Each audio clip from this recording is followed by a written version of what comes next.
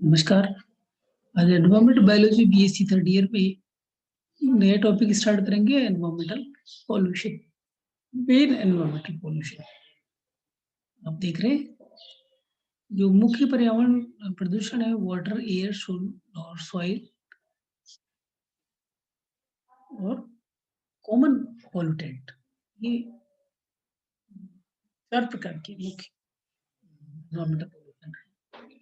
कुछ प्रदूषक ऐसे होते हैं जो उपरोक्त तीनों प्रकार की श्रेणियों में आते हैं। उदाहरण, बहुत से कीटनाशक रसायन अविघटनात्मक होने के साथ साथ जल, वायु और भूमि को प्रदूषित करते हैं। वाटर पोल्यूशन में सामान्यतः समुद्र के जल को थोड़े कुल जल का तिहाई एक तीन तिहाई भाग कृषि तथा अन्य उद्योग धंधों में पीने और घरेलू जरूरतों में काम आता है। किंतु विश्व की जनसंख्या में लगातार विकास और औद्योगिकरण दोनों ही के कारण जल की मांग प्रतिदिन बढ़ती जा रही है, और जिस अनुपात में इन दोनों की दिशाओं में वृद्धि हो रही है, उससे कहीं अधिक वृद्धि जल प्रदूषण में हो रही है। ये विनाशकारी प्रभाव नगरों में विशेष रूप से दिखाई दे रहा है। जीवन को बनाए रखने के लिए पेयजल का स्वास्थ्य स्वस्थ होना अनिवार्य रूप से आवश्यक है। जल में कुछ पदार्थ तो प्राकृतिक रूप से मिलते हैं, जिनकी मात्रा अधिक होने पर प्रदूषक की भांति कार्य करने लगते हैं। ऐसे पदार्थ निम्नलिखित हैं। जल प्रदूषक। प्राकृतिक जल प्रदूषक यह मुख्यतः भूमिगत जल से होता है, जिसमें मुख्य रूप से जल में लौह, मैग्नीज, आर्सेनिक, क्लोराइड, क्षार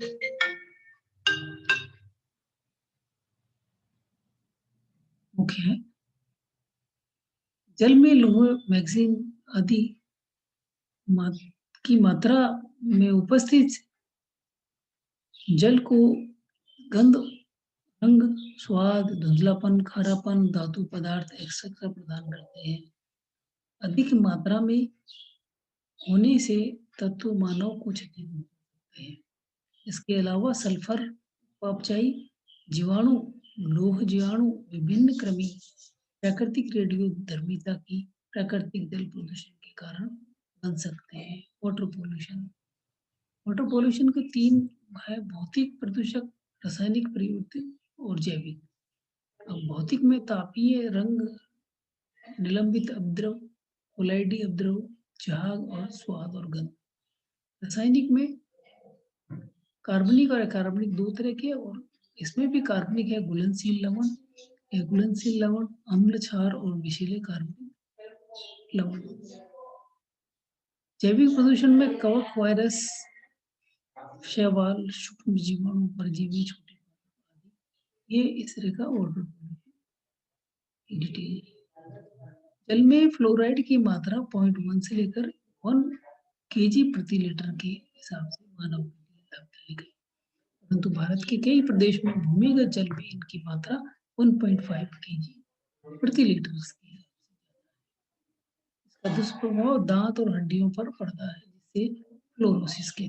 भारत में 8,600 से अधिक गांवों में जल का फ्लोराइड की मात्रा अधिक है। असम के कुछ जिन स्थानों में भूमिगत जल का अधिक उपयोग किया जाता है, उन स्थानों में जल में लौह तत्व की मात्रा अधिक होती है, जिसका मुख्य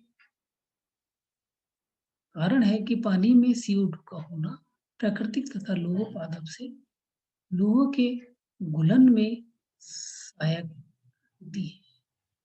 लौह के 2 केजी प्रति लीटर से अधिक होने पर पानी का रंग लाल हो जाता है। पानी के लौह पक्षी जीवाणुओं के कारण स्लाइड उत्पन्न होती है।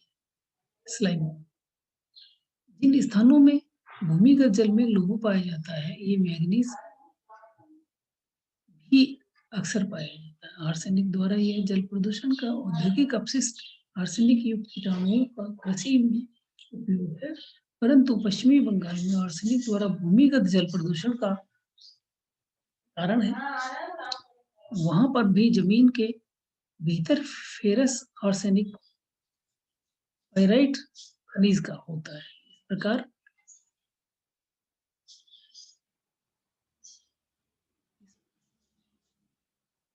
कई प्रकार के चर्म रोग, फेफड़े, कैंसर आदि भयानक बीमारी हो जाती है। और खनन क्षेत्रों में ये जल प्रदूषण का मुख्य कारण लोहा जीवाणु तथा सल्फर जीवाणु है, जो कि जल की पीएच का मान कम कर देते हैं तथा जल के ऊपर स्लाइम पैदा कर देते हैं। और वे निम्न प्रकार के लवण, रसायन, घरेलू कचरा, औद्योगिक कचरा, खनिज, तेल, कृषि जनित जल प्रदूषण, परमाणु उद्योगों से रेडियोधर्मिता, अम्लीय वर्षा, चमड़ा उद्योग, लौह और इस्पात कारखाने, डेयरी आदि। साल्ट में जब चाहे किसी भी स्रोत से प्राप्त किया गया हो, नदी, तालाब, बावड़ी, कुआँ, ट्यूबवेल, कुछ न कुछ लवण घुलते रहते हैं, जिसमें sodium, potassium, calcium, magnesium, calcium, chlorine, CO2, SO4 मुख्य है। ये अधिक FeMn, SI, fluorides, nitrate, phosphate etcetera तत्व कम मात्रा में पाए जाते हैं, जिनकी पारंपरिक मात्रा में का अनुपात स्थानीय भू संरचना एवं स्थितियों पर निर्भर करता है, जबकि इन लवणों की मात्रा एक निश्चित सीमा से अधिक हो जाती है। ये शारीरिक प्रक्रियाओं को प्रभावित करते हैं, कारण हमारे स्वास्थ्य पर बहुत दुष्प्रभाव पड़ता है।